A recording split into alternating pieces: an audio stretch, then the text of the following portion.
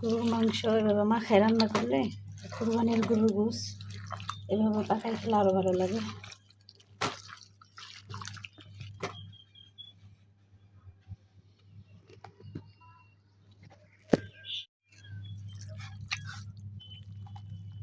মাখানো শেষ, এখন চুলায় বসাই দিতেছি।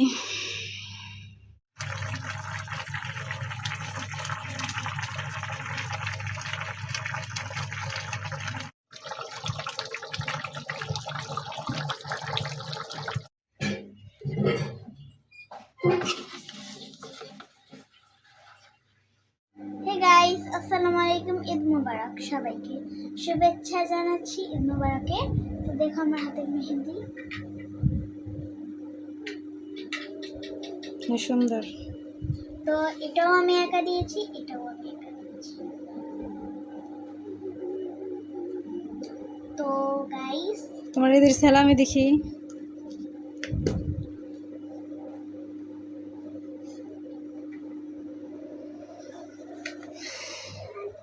বুনো এত টাকা উঠছে? এখানে তো আছে 4,500।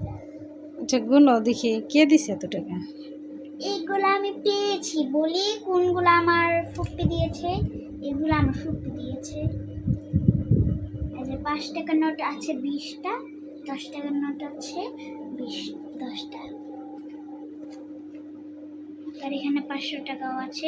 দাঁড়াও তোমাকে বলছি 500 টাকা কটা আছে।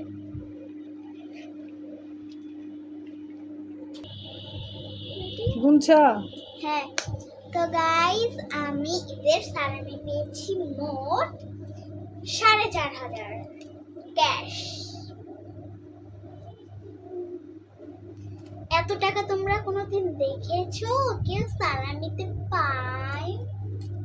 আমাকে সবাই ভালোবাসে। তোমার থেকে বেশি পায়। নট আমার থেকে এত বেশি পায় না। 4,500 কেউ এত পায় ঈদে? ঈদে একদিনে এত পায়? পায় তো আমি অনেক লাকি। তো বাই বাই। বাইরে চলো ঘুরে আসি। বাইরে যাবে?